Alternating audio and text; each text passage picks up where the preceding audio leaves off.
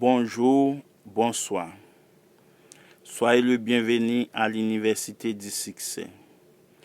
Aujourd'hui est dimanche 9 août 2026. Like, abonnez, partagez. Une façon pour nous capables de joindre tous ces séminaires net à l'Université du Succès. Que bon Dieu bénisse nous à l'Université du Succès. Like, abonnez, partagez. Tout ce qu'un homme réussit et tout ce dans quoi il échoue dépend directement de ses pensées. Dans un univers bien ordonné où la perte de l'équilibre équivaudrait à une destruction totale, la responsabilité individuelle doit être absolue. La faiblesse et la force d'un homme, sa pureté et son impureté sont siennes et non pas celles d'autrui. C'est lui qui les attire. Ce n'est pas un autre. Lui seul peut les modifier. Personne d'autre. Sa condition est également sienne et n'appartient pas à un autre. Ses souffrances et ses joies viennent de lui. L'homme est ce qu'il pense. Il demeure ce que sont ses pensées. Un homme fort ne peut en aider un plus faible, à moins que ces derniers veuillent bien se faire aider. Mais même dans un tel cas, le faible doit se fortifier. Il doit, par ses propres efforts, acquérir la force qu'il admirait ailleurs. Personne, en dehors de lui-même, ne peut modifier sa condition. On a longtemps pensé et dit, s'il existe des esclaves, c'est qu'il existe des oppresseurs. Qu'on détruise les oppresseurs, il existe maintenant une pensée contraire à le fait que si un homme devient oppresseur, c'est qu'il existe des esclaves. Les esclaves sont méprisables. La vérité est qu'opprimés et oppresseurs sont égaux dans l'ignorance, et bien qu'ils semblent se faire du mal les uns aux autres, c'est en fait à eux seuls qu'ils nuisent une connaissance parfaite. Voilà l'action de la loi dans la faiblesse des opprimés et la puissance mal utilisée de l'oppresseur. Un amour parfait, voyant les souffrances que ces deux conditions entraînent, ne condamner ni l'un ni l'autre. Une compassion parfaite étreint et l'oppresseur et l'opprimé. C'est lui qui a vaincu la faiblesse, qui n'a plus aucune pensée égoïste, n'appartient ni à l'un ni à l'autre groupe, il est libre. Un homme ne peut s'élever, conquérir et réussir qu'en améliorant ses pensées. Il ne reste faible et abject et malheureux qu'en refusant de s'améliorer. Pour qu'un homme puisse réussir dans une entreprise quelconque, même matérielle, il doit amener ses pensées à des préoccupations plus élevées que celles de l'animal. Il peut, afin de réussir, ne pas abandonner toute tendance animale et égoïste. Mais il doit en sacrifier une bonne part.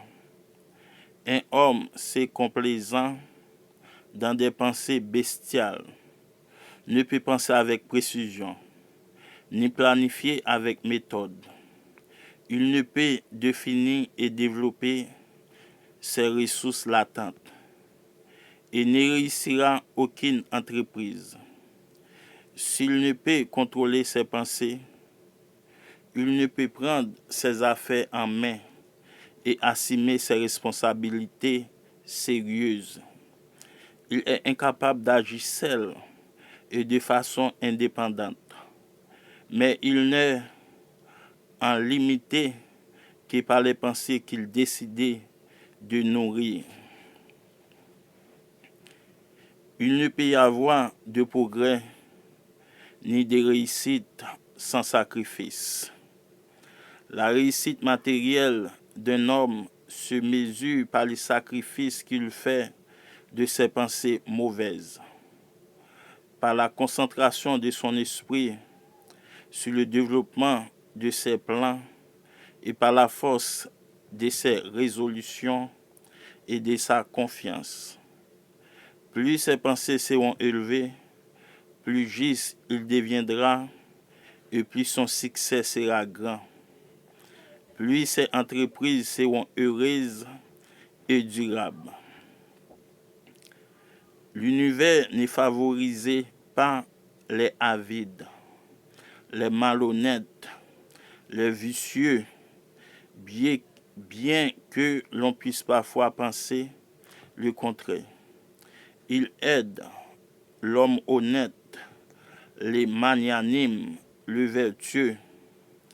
Tous les grands sages de tous les temps nous l'ont dit sous diverses formes. Et pour le prouver et le savoir, un homme n'a qu'à persister dans son amélioration en élevant ses pensées. Les réussites intellectuelles résultent d'un esprit consacré à la recherche de la connaissance ou de ce qui est beau et vrai dans la nature et dans la vie. De telles réussites sont parfois liées à la vanité et à l'ambition, mais elles ne découlent pas de ces caractéristiques. Elles viennent de forts longs et soutenus, et de pensées pures et altruistes. Les réussites spirituelles représentent le couronnement d'aspirations sacrées. Celui qui vit constamment dans la conception de pensées nobles et élevées, qui se maintient dans tout ce qui est pur et désintéressé, sera aussi sûrement que le soleil parvient à son zénith, d'un caractère noble et sage, et atteindra une position d'influence et de plénitude. Soyez le bienvenu à l'Université du succès.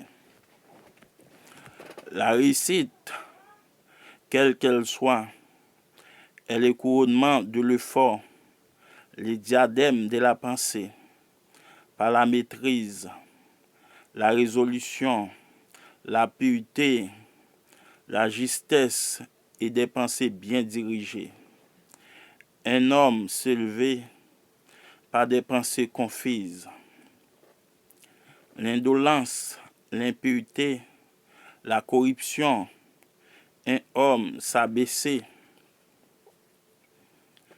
Un homme peut atteindre le plus grand succès et les niveaux le plus élevés du royaume spirituel.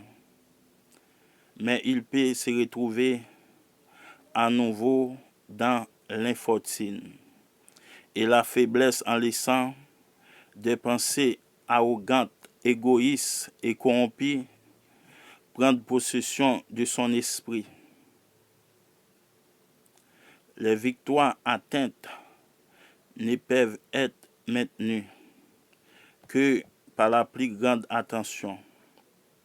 Nombreux sont ceux qui se laissent aller au moment où ils croient que le succès leur est assuré et qui retombent ainsi dans l'échec. Toutes les réalisations, qu'elles soient en affaires, intellectuelles ou spirituelles, sont les résultats d'une pensée bien dirigée. Elles sont gouvernées par la même loi et dépendant de la même méthode. Les seules différences résident au plan de l'objet, de la réalisation. Celui qui réussit peut sacrifier peu. Celui qui veut atteindre de buts éloignés doit sacrifier beaucoup. Celui qui veut aller encore plus haut doit sacrifier encore plus. Soyez le bienvenu à l'Université du Succès. Like, abonnez, partagez. Une façon pour nous capables de joindre tout séminaire honnête à l'Université du Succès. Que bon Dieu bénisse nous à l'Université du Succès. Aujourd'hui est dimanche 9 août 2026. Que bon Dieu bénisse nous à l'Université du Succès. Like, abonnez, partagez. Une façon pour nous capables de joindre tout séminaire honnête cap fait sur YouTube à l'Université du Succès. Que bon Dieu bénisse nous à l'Université du Succès.